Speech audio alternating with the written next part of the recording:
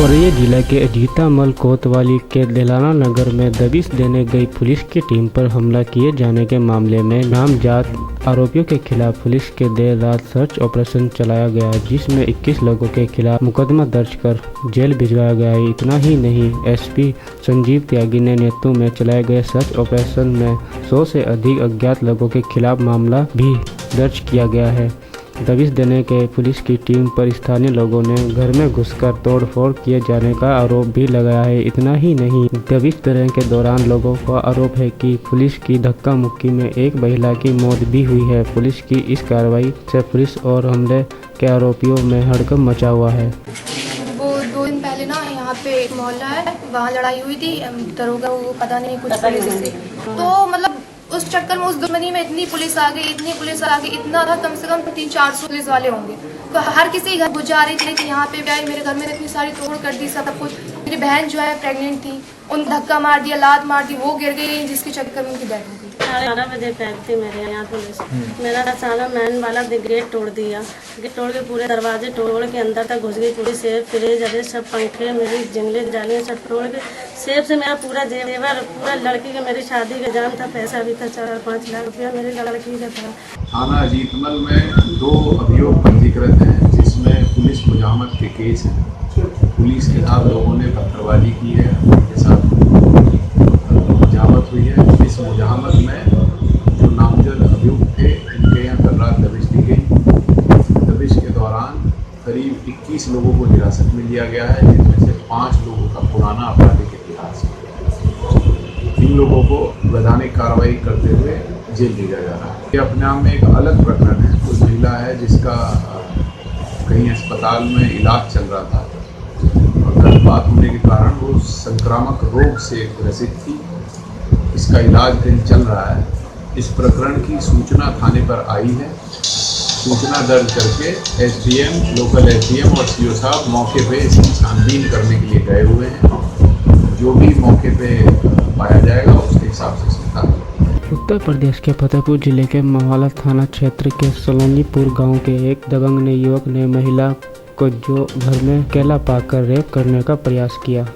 किसी तरह पीड़िता महिला अपनी आबरू बचाकर वहां से भाग निकली और इस घटना की पूरी जानकारी खेत में काम कर रहे अपने पति को दी, जिसके बाद पति ने इस घटना का विरोध किया, लेकिन विरोध करना उसे महंगा पड़ गया और इस आरोपी युवक को उसके भाई ने उसके साथ मारपीट भी की और इस घटना की जानकारी किसी को देने से और जान से मार देने की धमकी देते हुए फरार हो गया। वहीं इस मामले में सीओ सिटी के कपिल देव मिश्रा ने बताया कि महिला द्वारा थाने में तहरीर दी गई है और जांच के बाद आरोपी उचित कार्रवाई की जाएगी।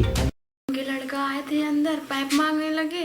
हम अंदर आए, पाइप उठा के देने के लिए लचक गए। वो पीछे से पकड़ लिया हमको और पकड़ करके पटक दिया। हमने कहा ये कौन सी बदतमीजी है, तो उसने हमको नहीं छोड़ा। उस काफ़ी देर झटक पटक कर भागने की कोशिश की। जब छूट पाकर बाहर गई तो उसके दूसरे भाई आ गए। उसने उसको भी डांटा, हमको बहुत डांटा। डांट कर कहते हैं अगर किसी से कहोगे तो जान मार डालेंगे तुम्हारी और तुम्हारे पति को भी। थाने में गए, वहाँ कोई सुनाई नहीं। ये पवन नाम का एक लड़का है, वो उसका पाइप हम मांग कर लाए थे, तो घर में पाइप के बहाने आया, दरवाज़ा खुलवाया। घर में कोई था नहीं, हमारी पत्नी थी। तो उसने दरवाजे खुला, बताया कि हमारा पाइप दे दो। तो हमारी औरत पाइप लेने अंदर आई तो उसको पाछे से आके पकड़ के पटक दिया और उसके साथ ज़बरदस्ती करना चाहा। फिर वो किसी तरह छुड़ा के भागी तो उसका दूसरा भाई आ गया। तो वो कहने लगा कि अपने भाई को डांटा। उसके बाद हमारे पास गए, वहाँ हमको समझाने लगे, धमकी देने लगे। इसके बाद जब हम नहीं माने, हम कह रहे थे कि तुमको मार डालेंगे, ये कर देंगे, वो कर देंगे, किसी तरह मामला शांत कर दो, फिर समझा जाएगा बाद में, आपस के आदमी हैं। तो हमने कहा नहीं, ये कोई आपस की बात नहीं है, तुम्हारे भाई ने गलत किया। हमने थाने में जाके शिकायत किया तो वहाँ यही रिपोर्ट लिखा दिया। अभी कोई सुनवाई नहीं मेरी। मारपीट का मौर्या और एक ब्राह्मण परिवार के बीच में आया था। थानाध्यक्ष ने बताया कि तालाब और मछली पालन के लेकर के कुछ मारपीट हुई थी अब पीड़िता ने जो आरोप लगाया है उसके बारे में शिकायत थाने पर प्राप्त हुई है, जांच करा करके कार्रवाई कराई जाएगी। प्रदेश में बीजेपी की सरकार बनने के बाद ही मुख्यमंत्री योगी आदित्यनाथ के 15 जून तक सूबे की सभी सड़कें गड्ढे मुक्त करने का दावा किया था, लेकिन जनपद जालौन में मुख्य सड़कें एवं गांव के जुड़ने वाले संपर्क मार्ग पर हालात तो बदतर से बदतर हैं। लोगों का गुस्सा और परेशानी साफ देखी जा सकती है। वहीं इसको लेकर अधिकारियों ने अपनी जिम्मेदारी से पल्ला झाड़ लिया है।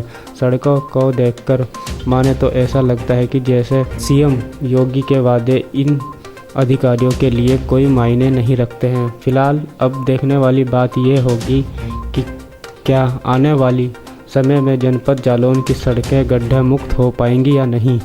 योगी सरकार की झूठ का पुलिंदा है। योगी सरकार में सिर्फ बातों पे ये सरकार चलाई जा रही है। ये सब जग जाहिर है कि उत्तर प्रदेश के अंदर जो योगी जी ने कहा था कि 15 जून तक हम लोग गड्ढा मुक्त प्रदेश करेंगे, ये पूरा हवाई साबित हुआ है। कहीं भी ये स्थिति नहीं हो पा रही है। आज आप देख लीजिए जनपद जालौन में अखिलेश सरकार द्वारा चलाए जा रहे बनवाए जा रहे रोडों की आज वो दिशा हो गई है कि गड्ढा मुक्त करवाइए न बनाए हुए रोड इस समय बंद हो गए हैं। दूसरा, योगी सरकार ने जो सरकार में आने से पहले पूर्व में वादे किए थे, चाहे किसान कर्ज माफ़ी का हो, चाहे अपराध नियंत्रण का हो, पूर्णतः योगी सरकार फ्लॉप साबित हो रही है। सोशल मीडिया के जरिए लड़के को अपना दोस्त बनाते पीड़िता को इतना महंगा पड़ गया कि लड़के ने पीड़िता के साथ शारीरिक संबंध बनाने के साथ उसकी वीडियो क्लिप तैयार कर ब्लैकमेल करने लगा। यह मामला उत्तर प्रदेश के फतेहपुर जिले के सदर कोतवाली राधा नगर इलाके की रहने वाली राधा कल्पना के नाम की दोस्ती फेसबुक के जरिए 27 अप्रैल को कोतवाली क्षेत्र के ही पानी मोहल्ला निवासी आरोपी इमराज से हो गई और दोनों मुलाकात के दौरान शारीरिक संबंध भी बनाए गए, जिसके वीडियो क्लिप बनाने के बाद आरोपी युवक ने वीडियो वायरल की धमकी देते हुए पीड़िता को परेशान करने लगा, जिससे परेशान होकर पीड़िता ने पुलिस में शिकायत दर्ज कर पुलिस ने मुकदमा दर्ज कर आरोपी युवक को गिरफ्तार कर जेल भिजवाने की कार्रवाई शुरू कर दी है। बस फेसबुक से बात होती थी, मेरे को मिलने भी लाया था उसने, तो उसके बाद इमरोज अहमद जिले का इमरोज नाम का व्यक्ति है जिसने पीड़िता से फेसबुक पर दोस्ती किया और व्यवहार बना करके उसके साथ संबंध बनाए, एमएमएस बना लिया और फिर उसी एमएमएस की आड़ में उसने ब्लैकमेलिंग शुरू कर दिया, जिसकी शिकायत पीड़िता ने थाना कोतवाली पर किया है। इस संबंध में मुकदमा पंजीकृत किया गया है, अभियुक्त को गिरफ्तार कर लिया गया है और उसके खिलाफ सख्त कार्रवाई की जाएगी। उत्तर प्रदेश के बैंकों में बदमाशों द्वारा लूट की सिलसिला रुकने का नाम नहीं ले रहा है। ऐसा ही मामला मऊ रानीपुर थाना क्षेत्र के पिटरा गांव में एक franchise mini branch bank of Baroda में बाइक सवार 3 बदमाशों ने घुसकर फ्रेंचाइजी मिनी ब्रांच के मालिक को बंधक बनाकर लगभग 1,75,000 की लूट को फरार हो गए।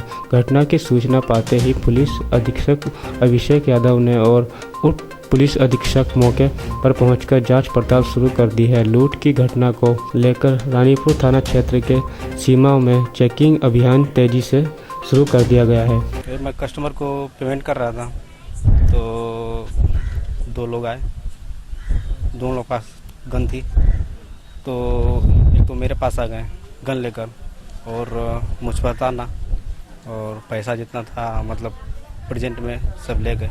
1,30,35,000 था। हाँ, इटौरा में एक विक्रांत चौहान नाम के व्यक्ति हैं जो अपना बैंकिंग सर्विस सेंटर चलाते हैं। वहाँ आज उनके पास कुछ महिलाएं थी। उसी समय करीब लगभग 11:30 बजे के आसपास करीब 2 बदमाश अंदर पहुँचे और उनको तमंचा लगा के उनसे पैसा लूट लिए। अभी उनका मुकदमा लिखाया गया है और आगे बदमाशों की तलाश की जा रही है। 2 बदमाश अंदर गए थे, एक बदमाश आगे मोटरसाइकिल पर बाहर बैठा था। हाँ, उन्होंने करीब 1.5 घंटे में लगभग 60-65 हज़ार रुपये बांट दिए हैं। 2,44,000 लेके वो आए थे, तो लगभग 2.25 लाख रुपया उनका लूटा गया है। उत्तर प्रदेश के फतेहपुर जिले के बंदीकी कस्बे में सरफराज व्यापारियों को बाइक सवार बदमाशों ने गोली मारकर घायल कर लिया। बाद में जेवर से भरा बैग लेकर फरार हो गए। घटना की सूचना पर पहुंची पुलिस अस्पताल पहुंची, जहां हालत गंभीर देखते हुए व्यापारी को कानपुर रेफर कर दिया गया। घटना के बाद से जांच में जुटी पुलिस को घटनास्थल के पास से लगे सीसीटीवी कैमरे में पूरी वारदात कैद हो गई, जिससे पुलिस अपने कब्जे में लेकर जांच में जुट गई है। इनकी लेलौली कस्बे में सोने चांदी के आभूषणों की दुकान है। कल शाम को 6 साढ़े 6 बजे के आसपास ये अपने गली में घुस करके जा रहे थे। इनके हाथ में सोने चांदी से भरा हुआ थैलों वाला बैग था। एक व्यक्ति पैदल चलता हुआ आया और उनका थैला छीनने का प्रयास किया। इस प्रयास में उसने गोली भी चला दिया जो उनके हाथ में लगी हुई है। फिर मोटरसाइकिल से वो आदमी थैला छीन करके भाग गया। उसके सीसीटीवी फुटेज भी मिले हैं। थाना बिंदकी पर इसका मुकदमा पंजीकृत किया गया है। पुलिस गिरफ्तारी और बरामदगी के लिए प्रयासरत है।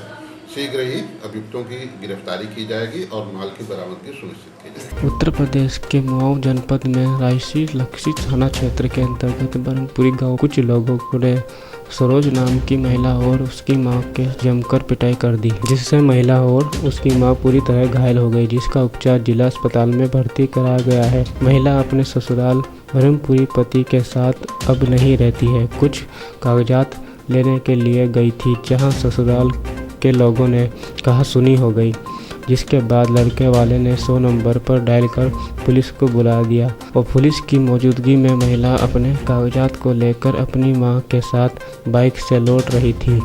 तभी रास्ते में गांव के 2-3 व्यक्तियों ने बाइक रोककर बाइक सवार महिला सरोज और उसकी मां को पूरी तरह से मार पीट कर घायल कर दिया। हम आ रहे थे सर लखनसी थाने पे। हाँ। तो मतलब 100 नंबर पीछे थी, हम लोग तो चक्के से आ रहे थे। हाँ। तो क्या किए घूरा पाड़े डुमराव मोड़ पे क्या रोक के मनी के आगे से जाके तो गाड़ी रोक के आगे आगे धक्का मार के रोक के का कोई ना हमारे पे लाउची में सारे तो हाथ डाल के ना आगे चला ना तब मार के उनके बोले लगा कोई तो इधर पूरी पकड़ के इधर पटा के लगना लाते मुके पूरा पाड़े मारे पूरा पाड़े गांव के हम हाँ लड़के वाले की तरफ से।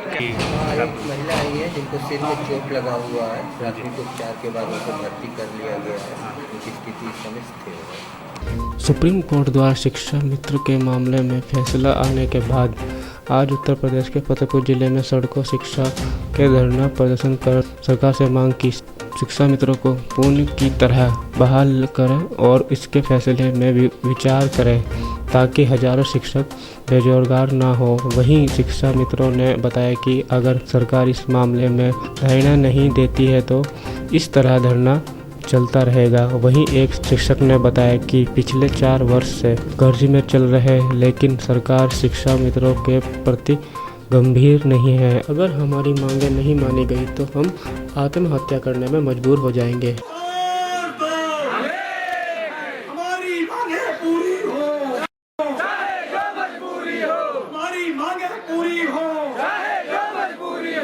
समस्याएं तो हमारे सामने इतनी बड़ी खड़ी हो गई है कि मैंने अपनी लड़की की शादी किया हूँ।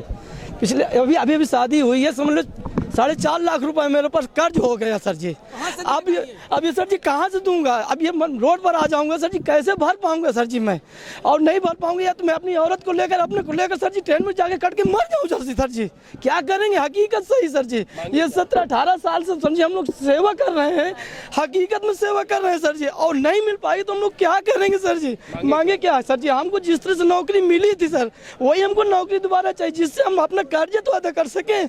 और सर जी कर्ज नहीं अदा करेंगे तो हमारे मरने के अलावा है क्या सर जी?